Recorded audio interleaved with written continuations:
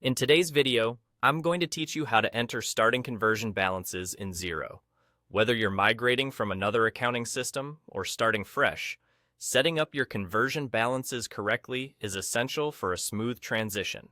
So, let's dive right in. First things first, we'll begin by navigating to the necessary section in Xero. Look towards the top of your screen and find the Accounting tab. Click on it and you'll see a drop-down menu with a variety of options you can choose from.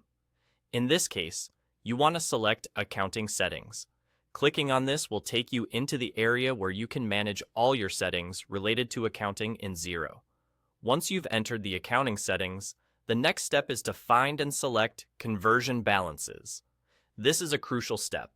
What you're doing here is setting the financial baseline for your business within Xero. It serves as the starting point for all your accounting data going forward.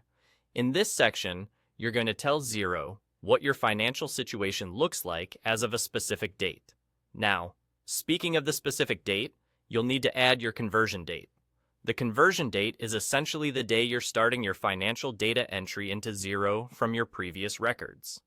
It's important to choose this date carefully, as it will serve as the reference point for all your subsequent transactions.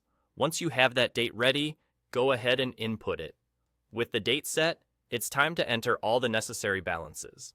Here, you'll input various balances from your previous accounting records, which might include things like accounts receivable, payable, bank balances, basically any balance that's pertinent to your business's financial health as of your chosen conversion date. Ensure these balances are accurate, as they'll significantly impact your financial reports and decision-making from this point forward.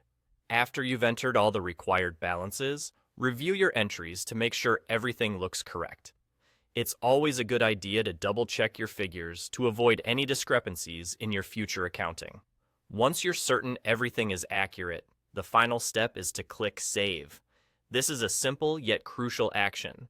It locks in your entries and ensures that Xero recognizes these starting balances as your financial starting point. And that's all. You've now successfully set up your starting conversion balances in Xero. By following these steps, you ensure a seamless transition of your accounts into Xero, setting the stage for effective and efficient financial management going forward. Thanks for watching. And if you have any questions, feel free to leave them in the comments below.